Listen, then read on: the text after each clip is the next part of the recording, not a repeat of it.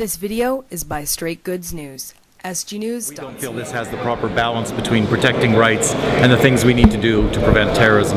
This is a government that's cut back spending in critical areas like the border services, like 100 intelligence agents at the border services. So if we're really going to attack terrorism, let's have that proper balance between the resources we need and the existing laws. And if we learn anything from what happened with the charges in the Via Rail case, it's that we don't need extra legislative measures to do this.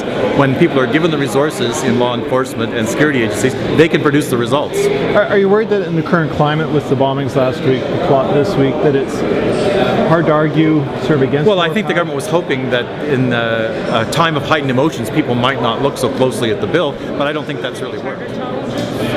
Well, I think the government should have had this advice from the Minister of Justice about whether these things will withstand a charter challenge. And what we've seen is they've set a very low bar when it comes to what they'll move forward. So I don't think it helps to create uncertainty in our legal system by bringing in things that might successfully be challenged.